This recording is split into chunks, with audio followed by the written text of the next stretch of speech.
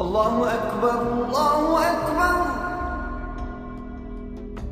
Gəncə çayının sağ sahilində yerləşən türbə 5-ci imam, İmam Məhəmməd Baqırın 738-ci ildə qətlə yetirilmiş oğlu Şahzadə İbrahimə aiddir. Rivayətlərə görə o, Əməvilərin təqibindən xilas olmaq üçün qardaşı İsmail ilə birlikdə Şimali Azərbaycana gəlmişdir. Qardaşlardan İsmail Bərdədə, İbrahim isə Gəncədə Əməvilər tərəfindən qətlə yetirilmişdir. Sonralar onların məzarları üzərində müqəddəs ziyarətgahlar inşa edilir. Bərdədə Şahzadə İsmailin, Gəncədə isə Şahzadə İbrahimin məzarı üzərində türbələr ucaldılır. Gəncədəki türbənin 12-ci əsrin sonu, 13-cü əsrin əvvəllərində tikildiyi ehtimal olunur. Sonrakı dövrlərdə türbə və ətrafı dəfələrlə bərpa edilmişdir. Türbənin kitabəsində belə yazılıb: Bu, İmam Məhəmməd Baqırın oğlu Mövlana İbrahimin müqəddəs məkanıdır. O, babasının vəfatından 120 il sonra dünyasını dəyişmişdir. Allahın salavatı onun üzərinə olsun. Səfəvilərin hakimiyyət dövründə bu ziyarətgaha xüsusi diqqət göstərilmişdir. Gəncə xanı Cavad xan isə İmamzadə türbəsinin ön hissəsində divar inşa etdirmiş, ətraf ərazini abadlaşdırmışdır. Bu bərpa işlərinə məşhur Azərbaycan şairi Mirzə Şəfi Vazehin atası, memar Kərbəlayı Sadıq da rəhbərlik etmişdir. Abidəni ilk tədqiq edən tədqiqatçı Bretanski isə bir səhvə yol vermişdi. O, kitabələri düzgün oxuya bilmədiyi üçün abidəni 18-ci əsrə aid etmişdi. 1879-cu ildə türbə Çar ordusunun general-mayoru İsrafil bəy Yadigarov tərəfindən əsaslı şəkildə bərpa etdirilmişdir. Bundan sonra ziyarətgah dini ayinlərin və ibadətlərin keçirildiyi əsas məkanlardan birinə çevrilmişdir. Türbənin üzərini örtən Firuzəyi günbəzə görə bu məkan Göy İmam adıyla da tanınır. Azərbaycanda Sovet hakimiyyətinin qurulmasına etiraz əlaməti olan Gəncə üsyanı zamanı abidənin günbəzi bolşeviklərin güllələrinə tuş gəlmişdir. Bugün də Göy günbəzin üzərində həmin güllələrin izləri qalmaqdadır.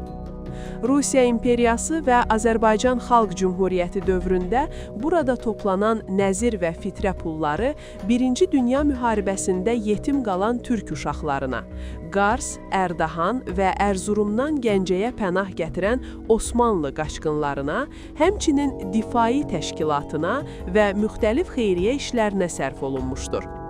1930-cu illərdə dinə qarşı mübarizə gücləndikdən sonra 1937-ci ildə məscidə giriş qadağan edildi. Ziyarətgah kimsəsiz uşaqlar üçün sığınacağa çevrildi.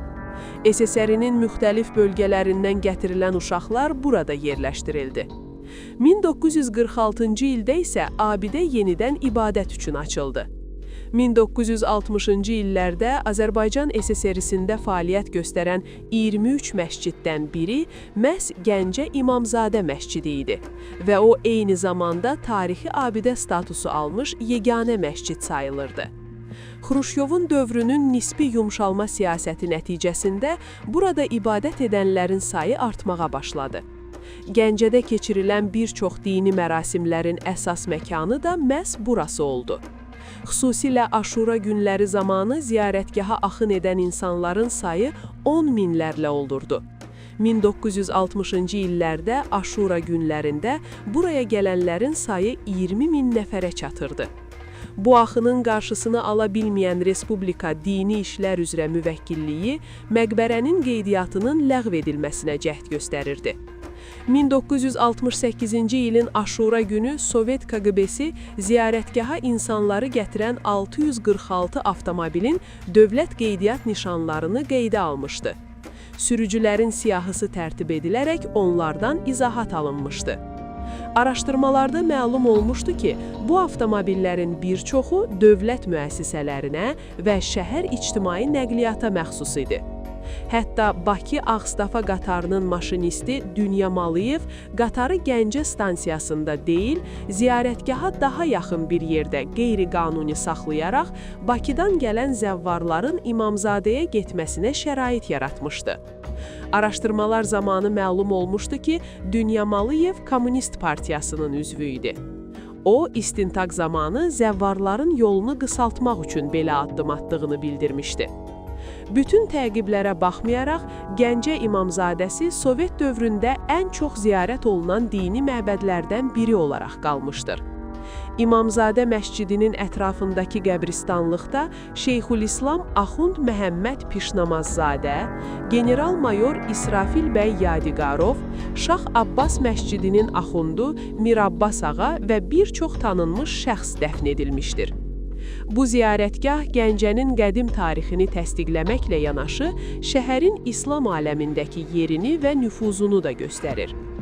Azərbaycan Respublikası Prezidenti İlham Əliyevin 2010-cu ildə imzaladığı sərəncamla burada geniş yenidən qurma işlərinə başlanılıb.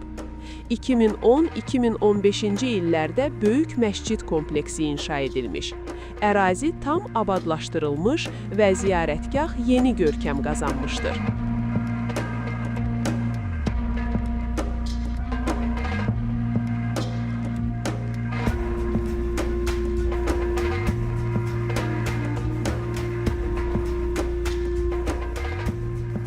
Bu cür maraqlı və tarixi videoların pərdə arxası məqamlarını qaçırmamaq üçün kanala abunə olun və videonu bəyənməyi unutmayın.